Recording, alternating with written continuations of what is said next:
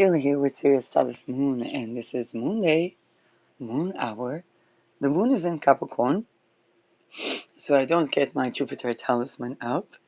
Okay, moon is ruled by Saturn, and ascendant is with the sun that is separating from square to Pluto, midheaven, 6 degrees Leo, so sun is ruling the ascendant. And, well, I want to talk about something that is going to be relevant both for people inside cults, okay? And I want to put a very strong disclaimer, okay? Those that know that they're like double eyes or whatever they call it with the wings and whatnot, okay? And do want out. It is not me trying to convince people in any way. Then, first of all, I don't know everything, and I don't. It's like I don't put myself in your shoes because that would literally be impossible, and that would mean that I would be gone for because of the nature of what's done in those places. Um, but I do see a strong calling to address like, okay, what can be done.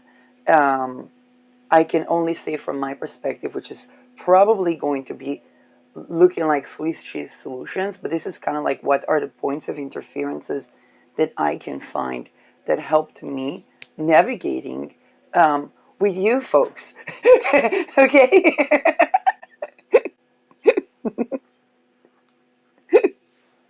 um, and it's also very relevant for people that are not in any cult and are not particularly aware even of how the social engineering around those elite death camps, okay, has affected our lives. Whether it's the tradwife trend that is coming from the Mormon society, and okay, and I see actually a lot of women, even black women, deciding to rest and letting the husband do the work, and sometimes not really considering everything that comes with those choices and their risks. And I invite you to watch The Mormon Girl, okay, the ex-Mormon Girl's video just about this topic. Um, Sometimes it's the red pill that I really don't know what, like, probably the men that the red pill got them were to begin with going through some, by far at least, some sort of something, okay? Um, because a happy, thriving, joyous man, they might get themselves into the tradwife thinking, oh, well, I'll be the provider, the woman will be raising the kids and having her, yard with cabbages and stuff. Maybe, like, if they grew up in a traditional house. But, but the red pill one is really, for a man to even desire a woman that the red pill would work on.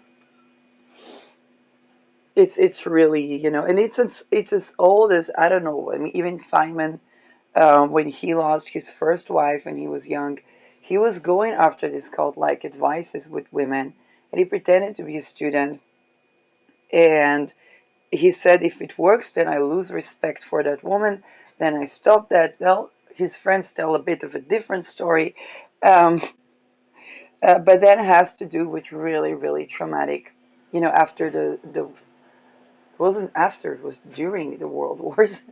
Okay, he was born, I think, in 1917, or, my gosh, around the age of my grandfather. Um, so, whether it's those things, or even outside these circles, just the things that people did not grow to think about and affect their relationships. And so, I was reading a question about a woman that's having a chapter B, I think, and she kind of ran into a person that was running hot and cold, and she didn't know whether to solve this issue or not. And here is something that from the people that escape like trafficking, from the people that were in those cults and want out. Okay, this is not about converting anybody, so to speak. In fact, the trauma in those cults was conversion since childhood. So, um, and for people outside. Well, one thing that is, and I'll tell you what I told this woman and how it's going to affect so many things. Many people check if they are sexually compatible at first. Okay. Um, People that do lover boy or lover girl sometimes meet the emotional needs first, but then they immediately try to take it. Um, they try to take it to some place that is not attuned erotically.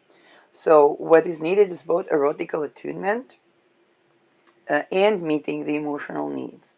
Okay, for example, somebody that meets your emotional needs, but then has all kinds of requests erotically. If your yes, no, and maybe is not respected, if you're first of all, to meet the non-erotical needs takes time and needs time. Okay, and this is what you dedicate however much time in the world. Now, for some people, they might have to go with themselves with their erotical needs, and then see what's underneath, meet the emotional need underneath the erotical need. Okay, this is very important, um,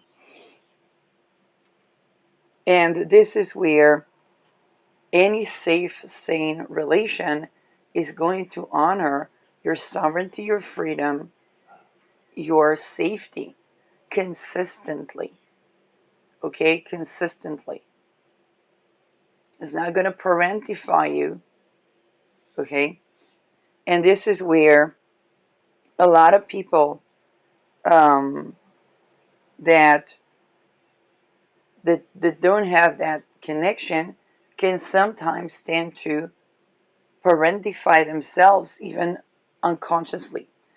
Okay, and sometimes it's like, well, doing the right thing in certain circumstances. I'm not like completely against that, but when it comes to connection, our inner children, um, and I like it when Lars shared that that meme about when we marry someone, we marry their inner child, and this is very true. And we also have to remember that, um, like each one of those inner children has to kind of meet their needs, and this is where some of those people that parentify themselves, there comes an age where we do tend to our inner child. Okay, it pops up. There's a row in the fifth. There's okay. When people ask about children, they're like, "Wait a second, I need to tend to my inner child. I'm still a child." And then, like people expect sometimes that parentified person is just going to meet their intimate needs as well. Okay, and even think that somebody owns them, that which is which is beyond toxic, it's beyond red pills, but it's just an undermining belief.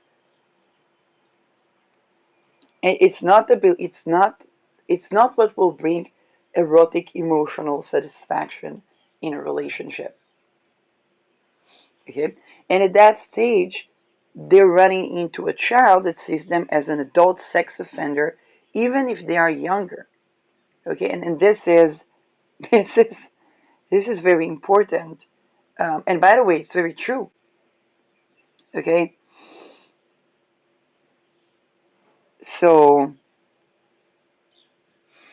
giving time to meet your non-erotic needs and your non-erotic needs and your inner child needs. So anything that bothers or interferes with that is beyond toxic, okay, is something that is not ready for a happy, thriving relationship that is consistent. Um, and to give that as much time.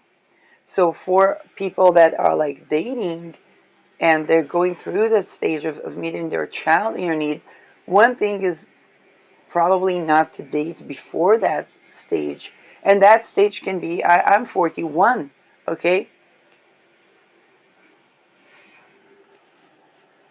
And is something that began when I was in my 30s, and I had to spend a decade of clearing the path for me to treat my inner child so that I connect with people on a safe, sane basis. And I'm like, Falcon, don't you want a woman that's not borderline narcissistic? All these things that you love to hate about women, sees you as a walking wallet, okay? Because when you don't allow her to meet her needs, when you don't allow her to meet her non-erotic needs, and when you don't allow her to have her yes, no, and maybe respected, you're creating a monster. And when that monster hunts you down, you don't know where it came from. Okay? I remember I dated a guy, and I told him, I think I was this like borderline person. I'm afraid to date a guy. Then he was this lawyer who also represents offenders, but from a perspective of finding it exciting, not from the perspective of everybody needs representation. And then I saw his way of communication, and he was a bit afraid to date me because he said he was dating a borderline, and she sent you know, some people to beat him down. Okay?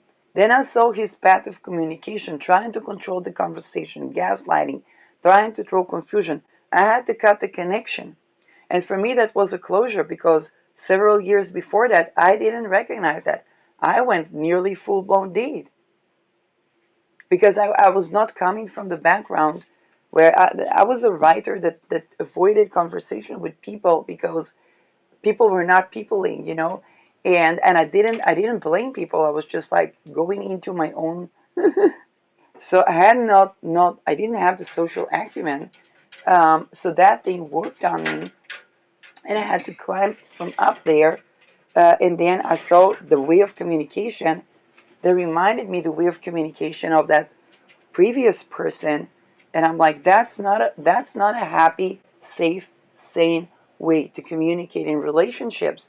It's not that I came from knowing how to have safe communication, but definitely if I recognize something that is not, I could control over my part of not being a part of that conversation, therefore not playing the borderline role. Okay, and this is something where all these people that try to bind people in all types of, from red pill to downright trafficking situations, do you want to create the narcissist that will assassinate you? This is what it's meant for. Okay, it's a treason cult, death cult, and assassination cult. So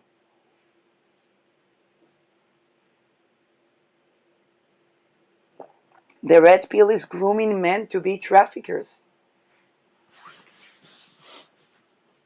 and it's already targeting the men that want a girlfriend, want a steady relationship, have no clue how to do that, and already grew up in traumatic circumstances where those teachings would apply to them, where they don't have the social acumen. Okay?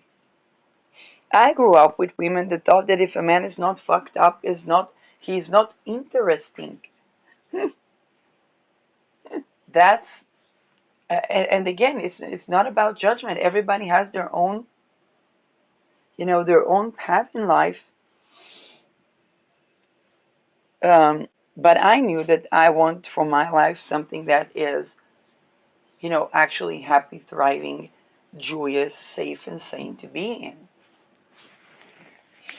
And for the people that want that in their lives, then making sure, and essentially, hardly anybody wants a borderline slash narcissistic, because they always switch. Okay, the borderline would want control over their own patterns, and the most coping mechanism to do that is develop narcissistic patterns, and then the narcissist will want to um, be explore the closest to vulnerability, which is going to split into the borderline, and even worse things. Okay, it can develop sociopathic and psychopathic tendencies where people grow up in, in places where that is actually expected from them, to maintain a house, to maintain a job, to hold all the dirt over their colleagues raping children, if they want to have a CEO or a founder, or a leading position in a business, um, so that they can support a family, and we understand what would that family be like, in terms of the internal dynamics, while they're going to keep trying to establish safe, sane, happy relations. Okay, those things are still, they're just going to try to live those double life that always, like, it's always going to create breakage and wreckage, because it's trying to become that safe, sane, happy, thriving life that many people want. Okay, that, um, later, it's also why people cheat, and why even when people try to traffic people, they would run into the problems that they have in their main relationship that's supposed to make them look like a family guy. It's, it operates kind of like cheating. Okay, the same problems would be met with the significant others, because a love, that's what it's supposed to be lover boy, so it's supposed to look like an affair. Or love a girl, I don't know, like, I think people understand that trafficking scams don't work on safe, sane, happy relations, but they will try to imitate them, which will subsequently create exactly the same problems in the main relationship.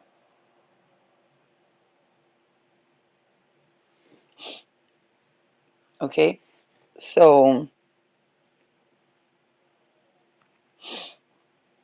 and for the people that are outside of these circles, um, then it's probably going to express itself either like cheating, like breakups, or like people thinking somebody owes them something. And sometimes they're not understanding that this very thought that somebody owns them, okay, anything other than to heal themselves enough to let them be, okay, which is something we all owe ourselves and society, um, is what's undermining their actually meeting their needs in an adaptive way. Very important to understand that when people have a need to offload trauma charge, okay, I know that they will be sometimes encouraged by all kinds of practitioners, um, like to do it on another person. Um, that's not something to celebrate with another person, and that's something actually to make sure that another person will not feel or sense, and never to act it on another person. That's very important. I know that it can bring like a momentary relief, but that means that the person is now an offender. Okay, and that offloading that on another person is supposed to create an offender. It's supposed to create addiction to patterns of discharge of anger on literally on another person. The practitioners that encourage that sometimes have handlers. It's a trafficking scam. It's supposed to make one extortable.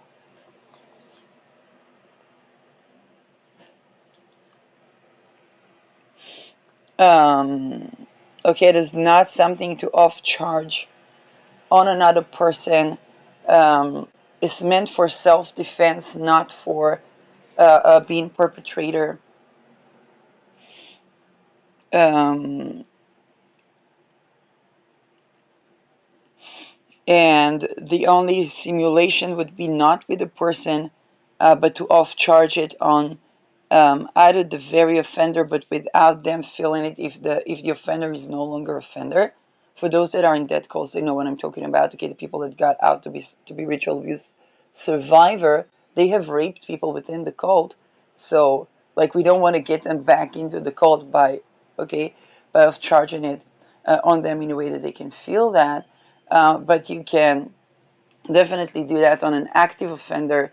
Um, if you know one, and think about them or something like that, just kind of like what created the patterns of offender was the off charge. It was the conjoining of a person being, violated, and then the off charge on an innocent, weaker person.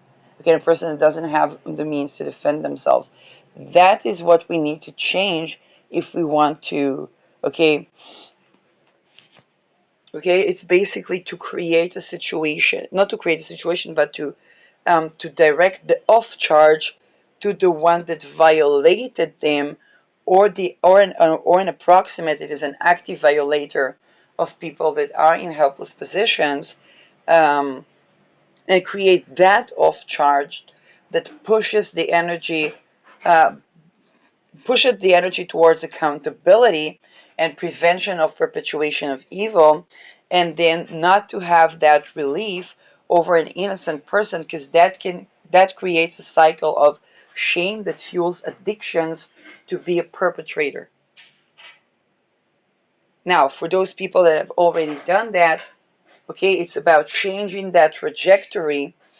Okay, again, not on active offenders, not on non-active offenders, because that would mean that your offender got or tries to be satanic ritual abuse survivor. Okay, which means that they are going to the path of not offending anymore. They're going through the same process as you going, but to an active offender, or to by and large without a name, or the original active offender. Okay, somebody that's still in there, and then you set a trajectory of accountability, and it's not just, and then it's beyond a relief. It's self-trust. If you're not just getting a relief, you're regaining self-trust, and this is where you start losing addictions. You start opening venues to your actual desires, to actual businesses, to actual self-expression. You start a trajectory is basically unstoppable, and you will remember all the times that you have resisted since childhood, they come up, and the more that you hold it to the accountability, you transmute the energy. Um, okay, and it's a practice that you do with yourself, so it's not risking the things that it would take, to do that on the physical, but it shifts the energy around to self-empowerment, um, rather than needing to win on supposedly a loser, which is basically only a loser wins on a loser, right? It doesn't make sense, right? So it shifts the power, and then it leads you to a path of self-mastery, um, because you begin to gain not just relief and offload of a temporary charge that keeps you in addiction to violence, to drugs, to the many things that are approximations of, and not the actual joy and thriving in life, to a path of self-mastery.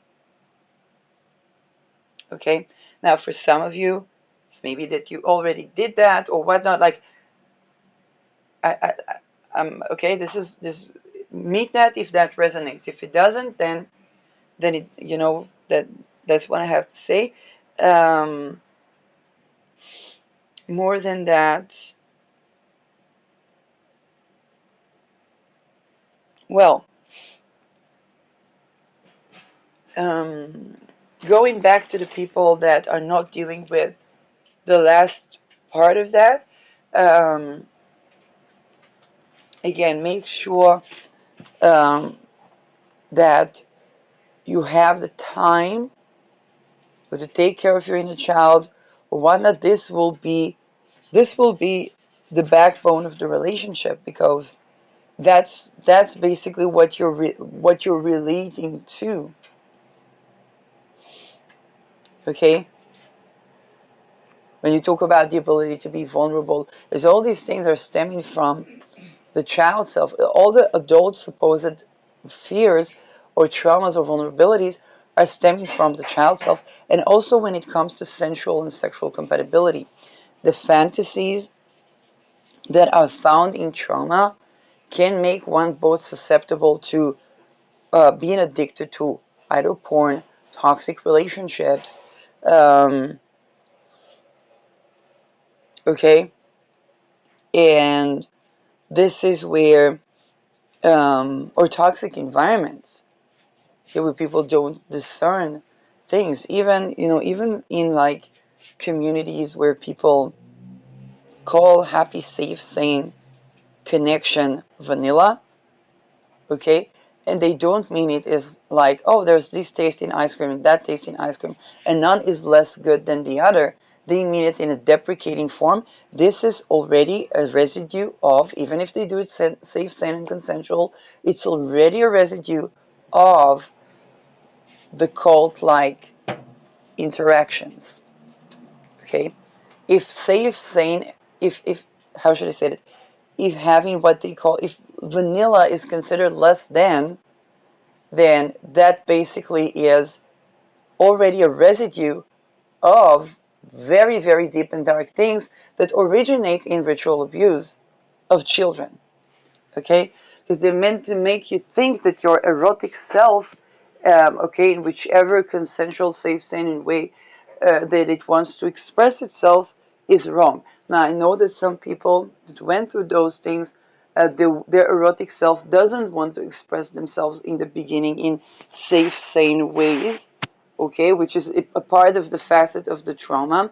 Particularly for extortion cults, people may even have um, between necrophilia or rape and murder because they are afraid to be murdered by a sexpionage child. Okay, they have this, and that can create those. Yes, code Cassandra. Um, First time I ran into that, I was like, oh my god, no, wait, what did I just see? And it wasn't even apparent. Um, and then it's basically the fear that if they will love, they will be murdered. And this is for people that grew up around area of extortion cults. Then even drug lords, okay, that they would be, if they would actually love someone, that someone would be used and have handlers to assassinate them. And this is a true reality. Okay, it's the reality of the treason cult, and they are convincing because they're doing programming, they're doing a consecutive of treating a person very well and torturing a person, and basically the very well is real, the emotions are real, the attraction is real, and then the person is programmed to have like, or they even have to grieve. But this is kind of like the reality of extortion cults, and then okay, this is, and this also show us how those things of safe, sane relation and meeting our needs erotically and non-erotically are so important to create an economy that's based on that, and why doing the double treason cults, extortion cults will never yield happy, safe, sane relations. And when we work on that one, we work on that one. Okay? Living on the split axis is not going to create, and it's not going to yield economically either. It's a cycle of addictive patterns, um, and we see it on a mundane world. Okay, that's and this video started from people, that may be facing litigations, that may be facing things, and are like, okay, what can be done? What can be done? Like, what can we do? Okay, and this is kind of like my best attempt to begin to tend to that, what can be done is leaning on the fact that there are people that escaped the cult, the satanic ritual abuse survivors, and these are people that raped children, probably were taped as well, were groomed to be breeders, were raped, of course, and they came out of these cults, okay? And for the people that want to do the same, yes, they're going to have to like heal from those certain patterns, but it does require bringing awareness to the mechanism of. I know that even people like Marc Dutroux wanted to sing the minute he was arrested. He wanted to talk about the greater link and how those extortion cults work even, and there was a lot of attempt to block that. Very likely also Joris Deming took the fire for the entire community, because everybody named that name, but they don't name what mole of what is it, and that can create all kinds of coping mechanisms, like having to act or play the part. Okay, because it's kind of like when people are in mafiosi societies, they have to play the part and and act like every, kind of like act the equivalent of macho, where and that can further isolate and make it challenging to communicate. And of course, everybody's very correct concern that, and one thing I can say about the concern that somebody will be a repetitive offender. First, there is the addictive pattern that we need to tend to as society, and understand that the solution to addiction is a safe connection. That can happen, that can first of all change the way we think about jail. Okay, even when it comes to execution, no, we don't need the execution to be cruel and brutal. That is replaying the scenario of the cult. And this is important because those people that we see as psychopaths and sociopaths, they were brought to that state by that megalithic amount of torture. So it's kind of like they no need to suffer for what they've done. It's that hurt people hurt people. And even if we talk like execution, it doesn't need to be torturous, not because of these moral standards that we want to be better than them or whatnot, but because it's just not, how should I say that? Um, like, people overestimate what it would do to them to torture a person, even in supposed revenge. Okay, that's what I have to say about that. Um, because that is something that, you know, to direct the, how should I say it, to direct the energy not to the road of revenge, but to the road of change, and transmute that energy is one. But those people that try to get revenge, I guess because I'm Pluto in 0 degree Scorpio, I'm so aware that it's not about revenge, it's about underneath every vengeful desire, there is a desire for change. And if we can go into that desire for change and transmutate the energy, then we direct the energy into accountability. And that is what we want. And in those cases of those serious offenders, um, the accountability comes with awakening to the perpetual cycle of torture and abuse, that every time they wanted to create that accountability themselves, they were being tortured again. So um, this is something that is also important, okay, to state. Um, More than I can say about that.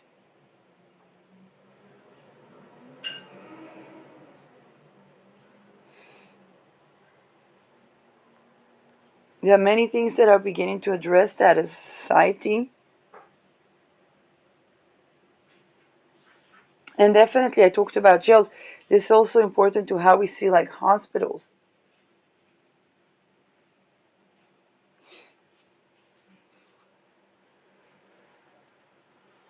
And to understand that, and here's the best tip that I have to give about those criminology stuff, because it's hardly ever a person operating alone. They all have a certain pattern because they're asked to do that by those death cults to make them extortable in the future. And when we know that, we understand that we can't judge on hey, I don't believe that there is a rehabilitated rapist or a because they cannot be a rehabilitated rapist, single rapist, when they operate within a network. We have to address it as a societal thing, as a ethical thing that will allow people the right to exit violence, the right to exit the cult. I think when it came to religious community, and I don't know if he's on Epstein list or not, there was a minister in Israel called Yair Lapid who talked about the right to exit religion, okay? And it basically is also the right to exit, let's say, Freemasonry or any type of such society has to have the right to exit, and the right to exit implies housing, implies and of course there's this structural challenge of who will be the provider, and um, this is another thing to tend to, as society, even for the people that say, oh, we shouldn't pay taxes to the government that is malfunctioning.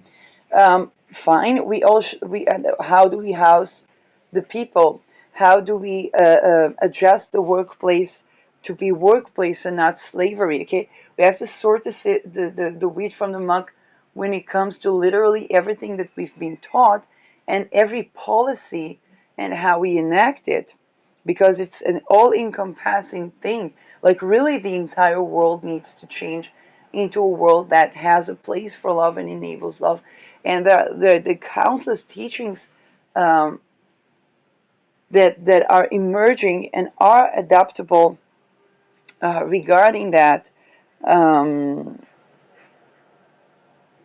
more than I can say about that. So again, meeting the non-erotic needs and insisting on them, insisting on being a place for tenderness, for vulnerability, and that vulnerability and tenderness being honored,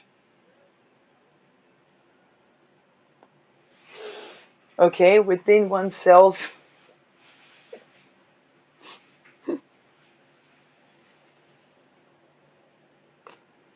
And insisting, without that there's no eroticism. There are approximations, and we see them coming out as the desire to be. And this is why when people are doing those, playing those, okay, how should I say that, extortion cult patterns, this is why their emotions are so real, because they're craving something else. They're craving something else, and in those cults, treason was almost an act of love, because uh, how should I say that? There was no place for love, and love would mean brutal torture and murder in those cults, and they would have to do that through their friends, through their, and each person that would be going out of that would be kind of like, well, at least they don't have to be in this world anymore, or something,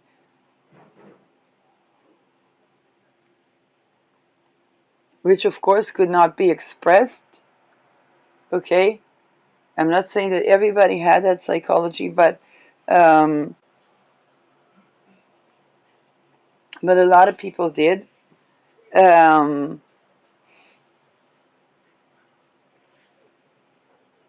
and this is this, and the fear to show love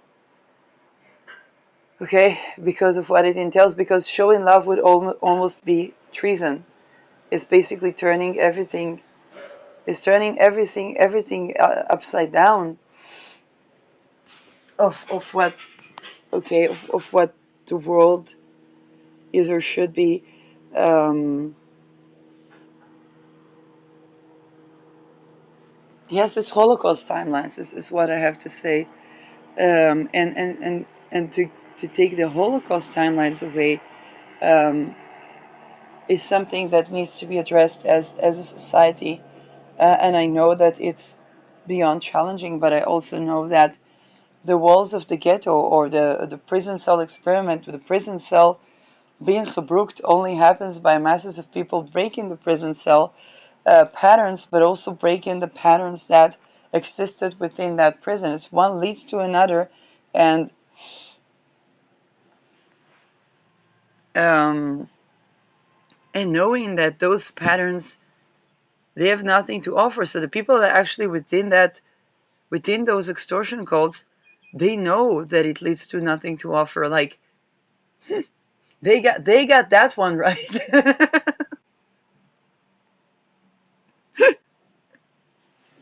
Okay, they got that one correct. And a lot of people that are in the extortion cults and were born there had to do like a ritual when you were like in your teens, that you had to show that you really, really want to be there. Now, just think about the fact that you were tortured and work done on you since childhood. Okay, so that ritual was invalid to begin with. Okay, just think about the fact that valid.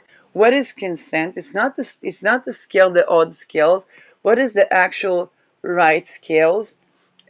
Is where consent is where you can say no and you'll still have housing, food, okay, um, environment that is supportive of you, a sense of belonging, okay.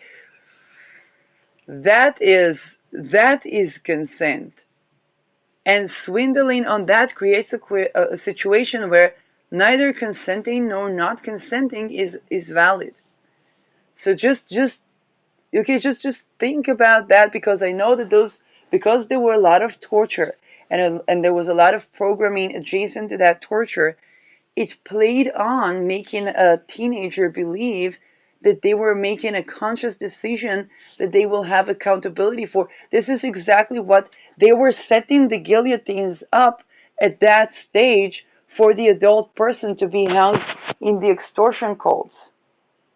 And to the people outside these cults, it looked like, well, this judge slept with those children and told to the people, oh, we make the rules. So it's kind of like it looks quite nefarious, right? It is a perfect. It is the perfect scenario of saying, okay, those people should be executed, and yet every satanic ritual abuse survivor that grew up within those cults and managed to get out, okay, was going through the exact same things, and we don't think to execute them.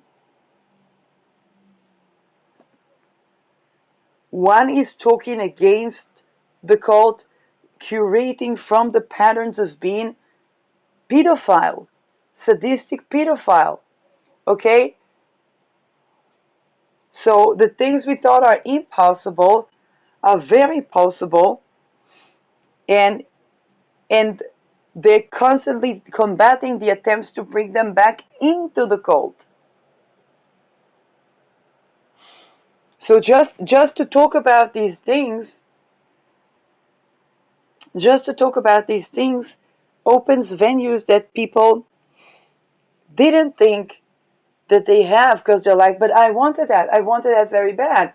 I'm like, well, you were a child when you went through those insane amount of torture, where the only sense of relief, and this is where even people would pertain to being even very acutely aware of their own nature, because some of these people were meant to explore, like, why would people commit offenses, and And this is even pertaining to one's own innate nature, because there's dissociation about the tortures that were. A person tries to get as deep as they can into that nature, and there would be a missing in part of information that pertain, and that is exactly the design, is to get the smartest, most acutely aware of their deepest psychology, uh, wrong about their own natures, to try to change the nature of people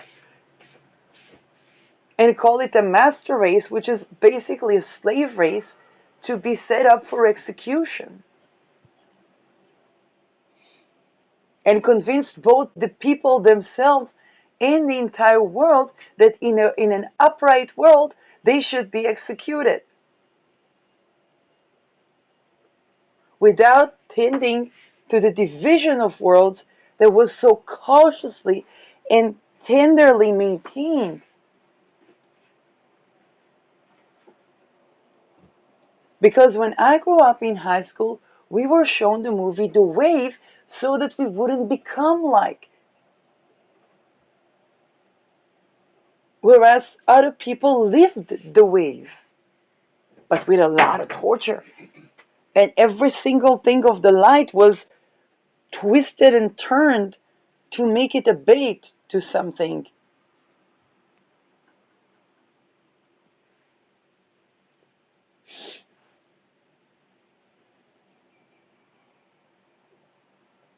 That completely changes perception of prison system, because it's not to rehabilitate an offender, it's to rehabilitate a society. And when we, the people, understand that, then we can begin to be a point of interference that holds accountable. Wait a second, is the prison system built for rehabilitation? Is the hospital system built for growing and developing patient sovereignty? That is a necessary. Without patient sovereignty, we can't have self-trust. But to have sovereignty, we need to have self-trust. Okay, it's undoing the catch-22.